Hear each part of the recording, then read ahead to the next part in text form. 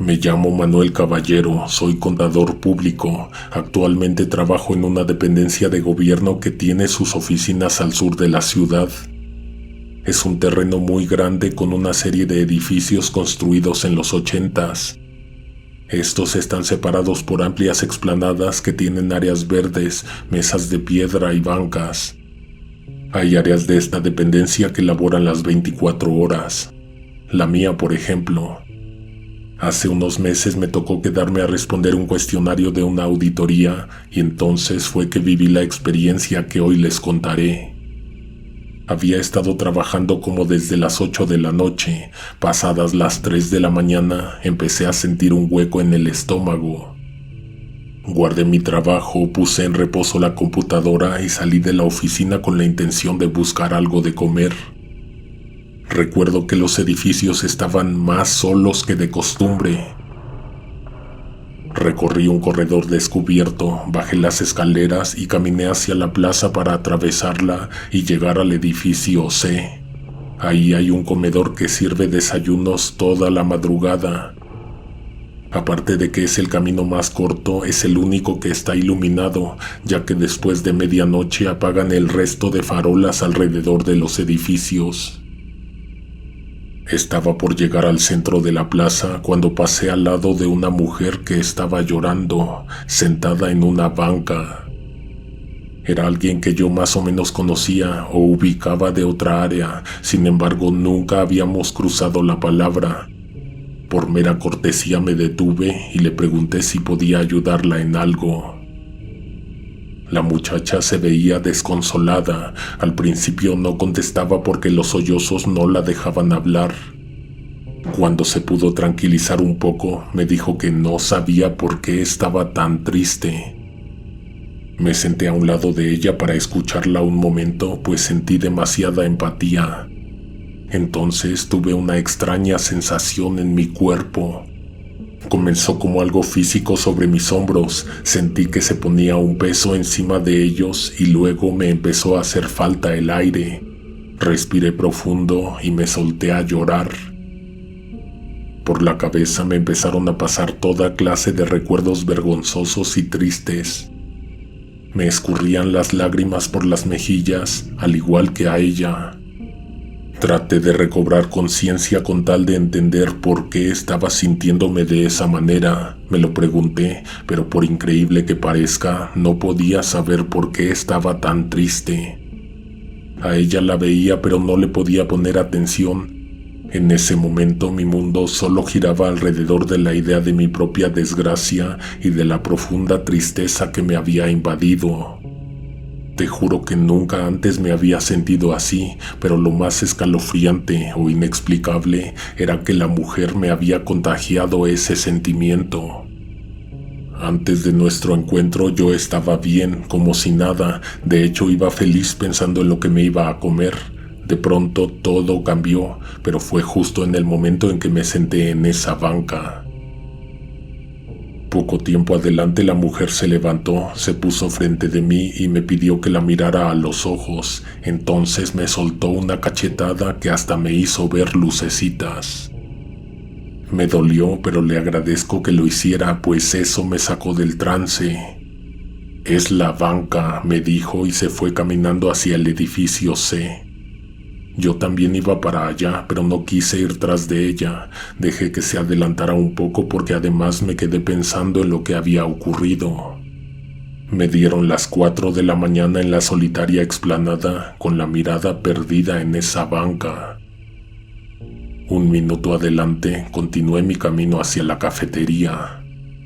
Mientras tomaba mis alimentos me puse a divagar en la idea de que no me quedaba ni un poco del sentimiento de tristeza que me invadió momentos antes. Regresé a mi oficina, pero no me pude concentrar. Transcurrieron algunos días en los que no pude olvidar el asunto. Pasaba a mitad de la plaza y me quedaba observando esa banca. Me daban ganas de comprobar si era cierto lo que había estado pensando día y noche, pero luego me asustaba la idea de que no hubiera nadie que me ayudara a salir del trance en caso de que fuera verdad que la banca provocara esas sensaciones y emociones. Un día antes de la fecha de entrega de los reportes y los cuestionarios, igual que siempre, como a eso de las 3 de la mañana salí de la oficina, solo que esta vez no bajé de inmediato, di unos pasos hacia el barandal y me quedé un rato mirando hacia afuera del edificio, hacia la explanada con los árboles y las bancas. Lo primero que vi fue que había un sujeto en la banca de la otra vez, una persona bien erguida y con la mirada perdida al frente.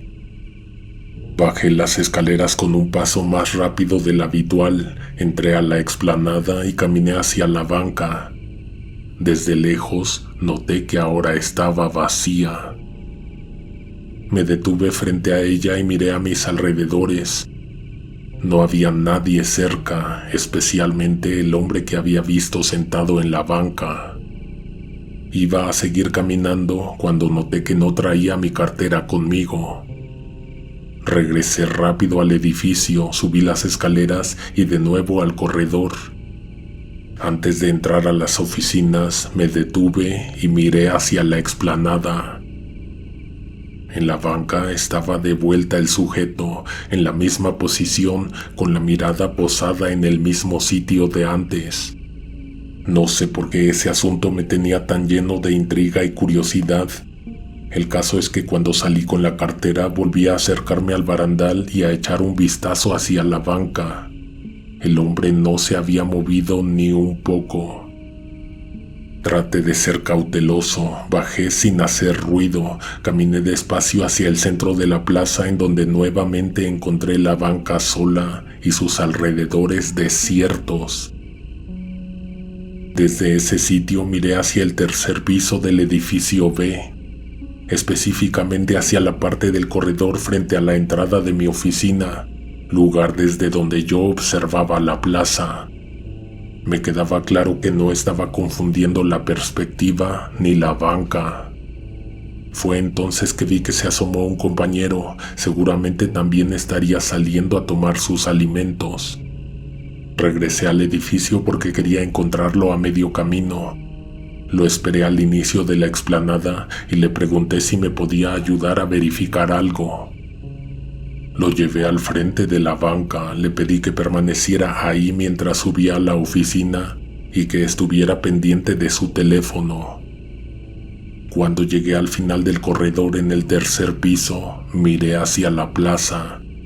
Mi compañero no estaba frente a la banca, él mismo decidió sentarse mientras esperaba. Pero eso no fue todo. A un lado de él estaba el sujeto que desaparecía cuando yo bajaba las escaleras. Saqué el celular para tomar una foto cuando vi que esa persona se levantó de la banca y se puso frente a mi compañero, agachándose un poco para verlo de frente. Inmediatamente le marqué a su celular. Tardó en contestar. Cuando se conectó la llamada, él se escuchaba muy molesto, hablaba fuerte y con groserías. Como parecía no notar la presencia de la persona frente a él, le pregunté si acaso no veía a nadie. Él, al igual que yo, cambió su estado de ánimo en un instante, resultado de haberse sentado en esa banca. Me respondió con malicia e ironía, queriéndome hacer sentir estúpido, pero lo importante es que con su respuesta me quedó claro que no había nadie más con él. Colgó la llamada e inmediatamente lo vi desde lo lejos estrellar su celular contra el suelo. Bajé corriendo pensando en las teorías que tenía al respecto. Así como yo había sido invadido por un pesado sentimiento de tristeza, a él lo absorbió la ira. Cuando llegué con él me soltó un puñetazo que afortunadamente aventó mal y ni siquiera me pasó rozando. El caso es que lo agarré del brazo y lo levanté de la banca inmediatamente.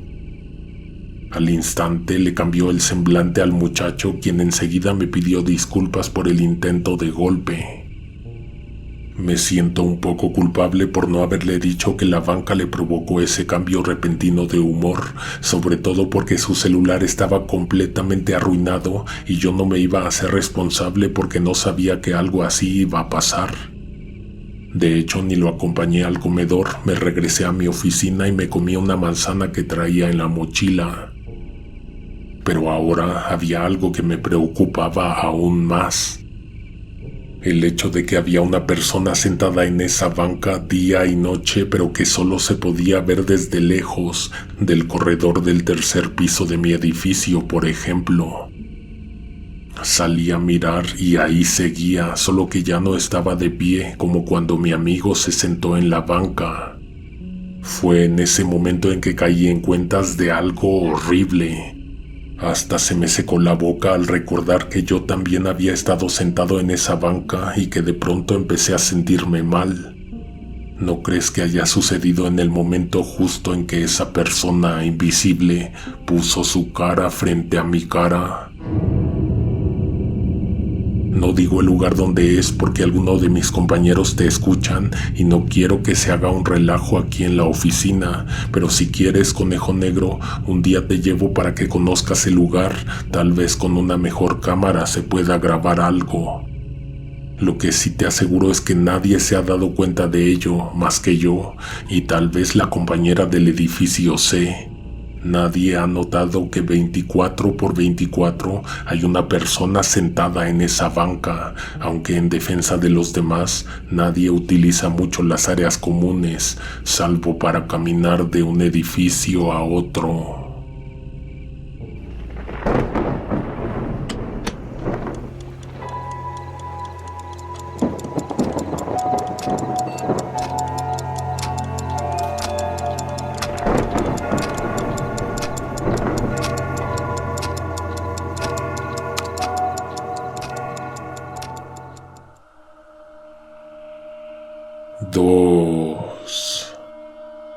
Muero por contarte esta historia, pero a la vez me siento un poco mal porque aunque le pedí permiso a mi tía de compartir su experiencia, creo que no sabe el alcance que puede llegar a tener un relato en esta plataforma. Solo te voy a pedir que omitas mi nombre y cualquier detalle que podría revelar la identidad de mi tía. Esto te podría pasar a ti. Mi mamá y yo recordamos bien el día en que mi tía cambió. Un día la estábamos esperando a que volviera de trabajar y no llegó. Claro que nos volvíamos locas de la desesperación. En ese entonces los celulares no eran muy populares y mi tía ciertamente no tenía uno. Llamamos a su trabajo, pero lógicamente nadie contestó, pues pasaba de la medianoche. Nos pedimos un taxi para ir a dar una vuelta por el centro histórico y sus alrededores, que era por donde trabajaba ella. Esa madrugada las calles estaban mucho más vacías y solitarias que nunca. Al menos a mí me lo pareció. En cada sombra quería verla aparecer, en cada esquina esperaba verla abordando un taxi o caminando de la mano de un novio del que no nos había contado.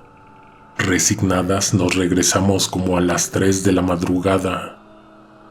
Justo cuando nosotras íbamos llegando a casa vimos que de una patrulla bajaba tía Marta. El oficial saludó y se despidió de nosotras y nos dejó solas a mitad de la calle. Entrando a la casa, mi tía se soltó a llorar. Lo que nos contó que le pasó no lo hubiéramos imaginado ni en nuestras peores pesadillas. Antes que nada quiero aclarar que por fortuna mi tía no fue agredida, cosa que nos mencionó desde el inicio, así que en ese aspecto sentimos mucho alivio. Dijo que venía caminando por la amplia acera de la avenida Juárez aproximadamente a las 10:40 de la noche. Cruzó el eje central y tomó la calle de Madero. Avanzó unos pasos caminando por la izquierda cuando escuchó voces que venían de un callejón. Entre el edificio Guardiola y el Sanborns de los Azulejos hay un espacio estrecho, oscuro y a esas horas bastante solitario. Ahí mi tía se encontró a dos personas discutiendo. A juzgar por lo que vio, le pareció que se trataba de un muchacho y su madre, y en realidad no estaban discutiendo. El joven de unos 13 años parecía estar agrediendo a la señora. Al sentir la presencia de mi tía, la mujer pidió ayuda. De inmediato el chico se apartó de ella y se echó a caminar con paso rápido.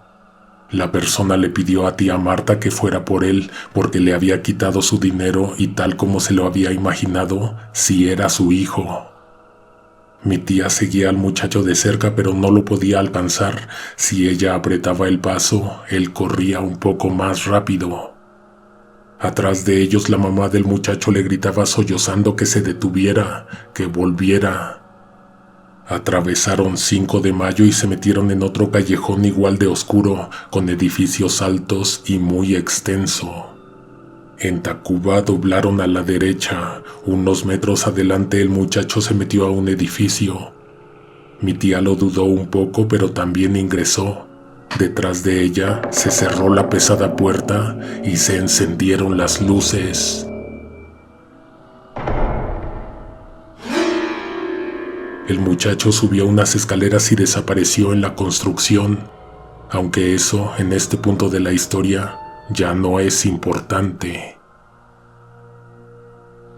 El chico y la señora solo fueron parte de una trampa que le tendieron a tía Marta para conducirla a ese lugar. A mí por eso me ponen de nervios las historias que involucran cultos, porque eso es algo que estoy segura de que le podría pasar a cualquiera. Se trataba de un edificio histórico al que solamente había visto por fuera. Las luces que se encendieron estaban a ras del suelo. Estas mostraban un camino que algunos sujetos vestidos de negro custodiaban desde el inicio hasta el final. Mi tía no quiso moverse de su sitio, palpaba en las penumbras el enorme portón, pero no podía encontrar la manija para abrir. Y aunque la hubiera encontrado, era evidente que no iba a poder salir tan rápido o tan fácil de ahí. Una mujer con una túnica y un velo blanco en el rostro la tomó fuerte del brazo y la llevó por todo el camino. Cada cierta distancia veía personas rezando con el rostro hacia la pared. En un patio que tenía cielo abierto vio un círculo de mujeres en silencio, con la boca y los ojos cosidos con hilo negro. Después de eso la bajaron a un sótano. Tía Marta iba llorando en silencio, intentaba zafarse pero no veía por dónde pudiera escapar. En un cuarto gris, sin ventanas y con un foco que iluminaba muy poco, empezaron a prepararla, pero antes que nada le explicaron lo que iba a pasar. Mi tía había sido invitada a participar en una ceremonia que sucede cada 13 años. A ella le dijeron 2 o 3 veces el nombre de la supuesta congregación, que en realidad es o era un culto, pero por el nerviosismo no pudo conservar esa información. Se supone que para la realización de esta ceremonia es mandato tener como invitada a una persona del pueblo, de la calle, alguien ajeno a la tradición. La manera en que escogen a esa persona es bajo engaños y una trampa. Sobre su ropa le pusieron un camisón blanco. Después, una persona le dibujó símbolos con una sustancia que apestaba. El olor le provocó arcadas cuando le dibujaron algo en el rostro. No tardaron mucho, pues parecía que ya solo la estaban esperando a ella para comenzar. Recuerdo bien que cuando esto sucedió, cuando ella nos lo estaba contando, a mí se me ocurrió preguntar si no había sido una broma. Mi tía se me quedó viendo a los ojos con una especie de enojo que rápidamente se convirtió en lágrimas. «No hemos llegado a lo peor», dijo. En ese momento se hizo una pausa en la que mi madre fue a la cocina por la olla y las tazas para servirnos café. En el camino de ida encendió una luz que iluminó la cara de tía Marta. Cerca de las orejas tenía costras de sangre que evidentemente no eran de ella. Después de servir, mi tía le dio un sorbo a su café. Las manos le temblaban, de solo recordarlo y platicarlo se alteraba. Prosiguió, nos dijo que la sentaron al frente de una multitud descalza, cubiertos con pieles de animales, seguramente del mismo animal porque todos tenían encima trazas de pelo café oscuro y corto. Eran hombres y mujeres, todos rapados. Algunos se habían colocado cuernos que parecían salirles de las espaldas y otros de la cabeza. Mi tía y otras 2 personas formaban parte de una especie de jurado, según ella entendió. Más luces en el suelo se encendieron mostrando que estaban dentro de un amplio salón y que frente a ellos había una especie de escenario. Alguien le dijo que por precaución le iba a poner un seguro a la silla. Lo que realmente hizo fue pasarle un cinturón alrededor de la cintura de mi tía para sujetarla y que no se levantara. Dice que nunca había estado tan asustada como esa noche, especialmente porque no sabía o no había entendido que ella no iba a ser el centro de atención, sino un espectador más. Se abrió el telón y salieron 6 personas a escena. El presentador habló en una lengua o idioma desconocido para tía Marta. Luego empezó a pasar con cada uno de los participantes, hombres desnudos con los cuerpos pintados de gris. Les dio a todos una pastilla o algo similar, les abrió la boca con los dedos, les puso el objeto en la boca y les empujó la mandíbula. Cuando terminó, alguien anunció el segundo acto. A un lado de mi tía había una anciana que lo único que llevaba encima era una corona. Ella volteaba a ver de vez en cuando a mi tía, que nunca dejó de demostrar que estaba horrorizada. La señora en un momento la tomó de la mano con la intención de tranquilizarla y le dijo: «En cuanto termine la ceremonia te vas, no te espantes, no te va a pasar nada. Estamos hoy aquí para tomar una decisión sobre ellos», y señaló a los que estaban en el escenario. El primero, de izquierda a derecha, dio 2 pasos hacia adelante. En la mesa frente a la que estaba sentada mi tía había varios objetos. El que tomó el sujeto fue un látigo con muchas tiras. Casi en cuanto lo tomó, se golpeó la espalda con muchas fuerzas. El látigo salpicaba sangre cada que lo sacudía en el aire. Mi tía no sabía qué estaba pasando, pero en un momento lo descubrió. La persona estaba tratando de romper una barrera, de activar algo que aguardaba en sus adentros. Después de unos 7 u 8 fuertes golpes de látigo, la cara le cambió como si se hubiera transformado en otra persona. De pronto el sujeto se encogió de hombros, se agachó, escondió su cabeza entre sus brazos y se quedó así unos segundos, en silencio. Luego, inesperadamente surgió, se reincorporó y se puso de pie. Su estructura ósea de alguna manera había cambiado, su postura era distinta y muy probablemente también su tamaño y su forma. Era como si hubiera mutado en alguien más. La persona recibió aplausos de todas partes. Había pasado la prueba, aparentemente. Ahora era turno del número 2. Dio unos pasos al frente, luego se acostó en el suelo, cerró los ojos y permaneció quieto por unos minutos. Aparentemente nada pasaba, sin embargo, para saber qué estaba ocurriendo, era necesario mirar en perspectiva. La persona se había despegado un poco del suelo, su cuerpo estaba suspendido en el aire. Fue muy evidente cuando se levantó 10 centímetros, pero de ahí no pasó. De pronto dio un grito y luego cayó al suelo. Los ojos los tenía completamente llenos de sangre, igual los oídos, la nariz y la boca. Pareció como si se hubiera reventado algo al interior de su cabeza.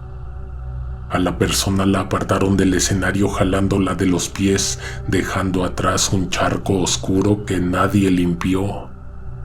De hecho, la siguiente persona que realizó la prueba, según mi tía, se puso de rodillas y empezó a lamer el suelo y a sorber.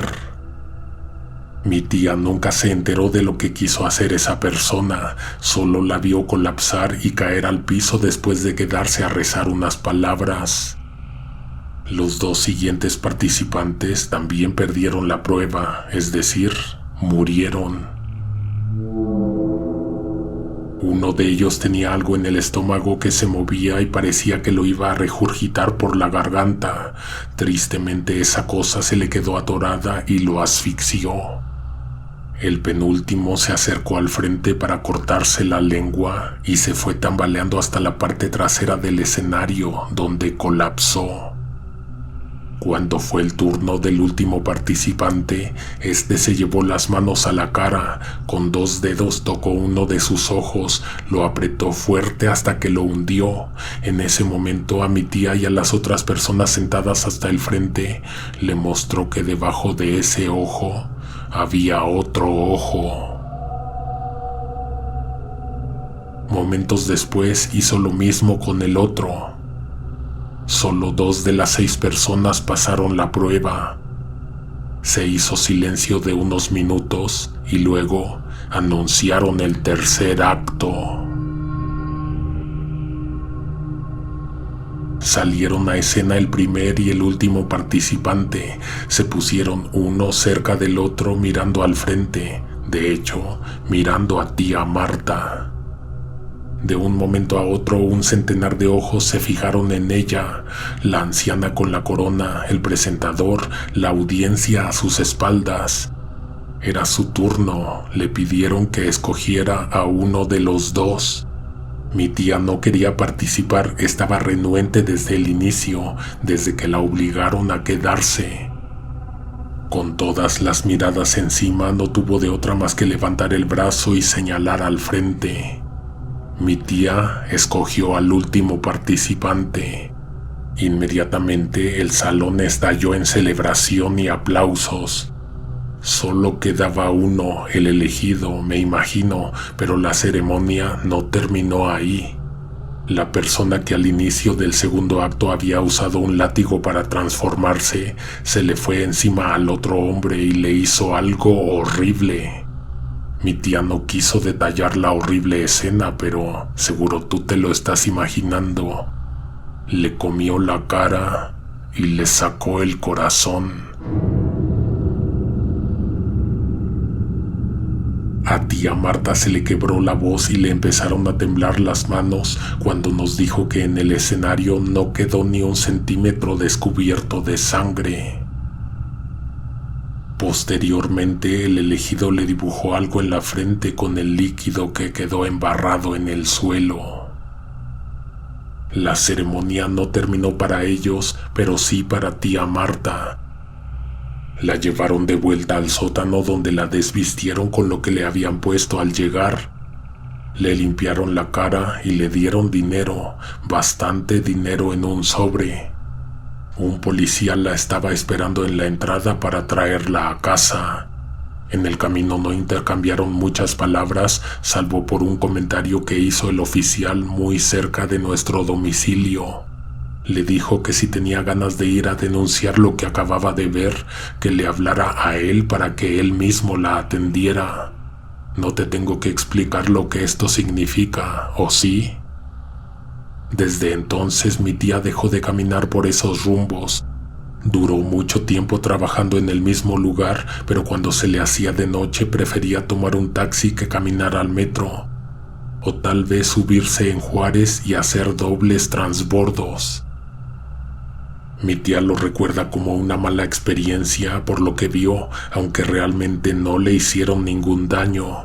El dinero que le dieron le sirvió para unos apuros que tenía, por lo que después de esa fecha le empezó a ir mejor en todos los aspectos. Una última cosa es que ella decía que se sentía cuidada o protegida cuando andaba por el centro. Por ejemplo, dice que la han invitado a pasar a comer a diversos restaurantes de la zona sin pedirle que pague ni un solo peso. La gente le sonríe o la saludan por su nombre. Aunque la historia suena un poco fantasiosa, yo le creo todo. De hecho, me tocó corroborar lo último. Una vez fuimos las 3 a comprar un vestido al centro histórico y nos agarró la lluvia. Una persona salió de una tienda departamental con 3 paraguas y nos los obsequió. Antes de desaparecer entre la tormenta, le besó la mano a mi tía y le dio las gracias.